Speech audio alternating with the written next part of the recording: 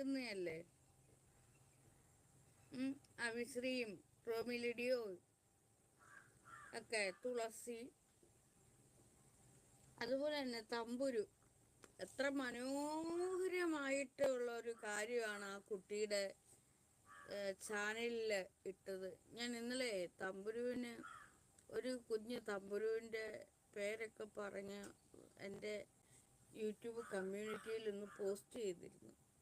തമ്പുരു അത് സ്ക്രീൻഷോട്ട് എടുത്തുകൊണ്ട് പോയി വളരെ ഞാൻ പറഞ്ഞു, മോളെ ആ എഴുതി മോൾ ആ പിന്നെ എൻ്റെ വീഡിയോയുടെ അടിയിലെല്ലാം ഒന്ന് കമൻറ്റ് എഴുതിയിടുന്നതിന് പകരം അത് മോളുടെ മധുരമായ ശബ്ദത്തിലൊന്നാക്കി ഇട്ടുകൂടെയെന്ന്. വളരെ സുന്ദരമായിട്ട് ആ കുട്ടി ആ കാര്യം അവിടെ അത് പറഞ്ഞു വെച്ചു. ചിലർക്ക് എഴുത്തിലൂടെ കാര്യങ്ങൾ പറയാനാണ് ഇഷ്ടം, ചിലർക്ക് പറച്ചിലൂടെ. അപ്പോൾ വളരെ മനോഹരമായ ശബ്ദമാണ്. അപ്പം ഞാൻ പറഞ്ഞു, മോളെ അത് മോള് ആ പറച്ചിലൂടെ അവിടെ പറഞ്ഞിടാം. ഭയങ്കര ബുദ്ധിയുള്ളൊരു പെൺകുട്ടിയാണ്. നല്ല യുക്തിയും ബുദ്ധിയും നല്ല വിവരവും മനസ്സിനെയൊക്കെ ഇത്രത്തോളം നിരീക്ഷിക്കുന്ന ഒരാൾ വേറെ ഇല്ലെന്ന് തോന്നുന്നു. അങ്ങനെയാണ്. ഞാനിത് പറഞ്ഞു വെക്കുമ്പോഴാണ് എല്ലാവർക്കും അതിനെപ്പറ്റി മനസ്സിലാവുന്നത്.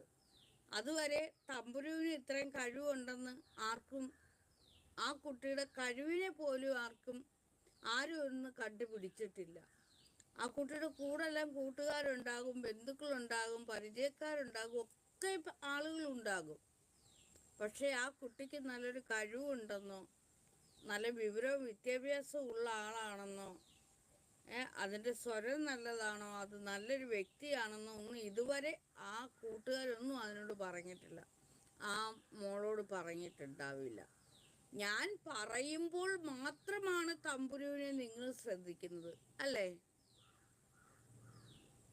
കറക്റ്റ് അല്ലേ? ഞാനിവിടെ അവതരിപ്പിച്ച് വയ്ക്കുന്ന മനോഹരമായ ആ വർണ്ണനയിൽ കൂടിയാണ് നിങ്ങൾ വരെ തമ്പുരുവിൻ്റെ ആ വോയിസും കാര്യങ്ങളെല്ലാം കേൾക്കാൻ പോകുന്നത്.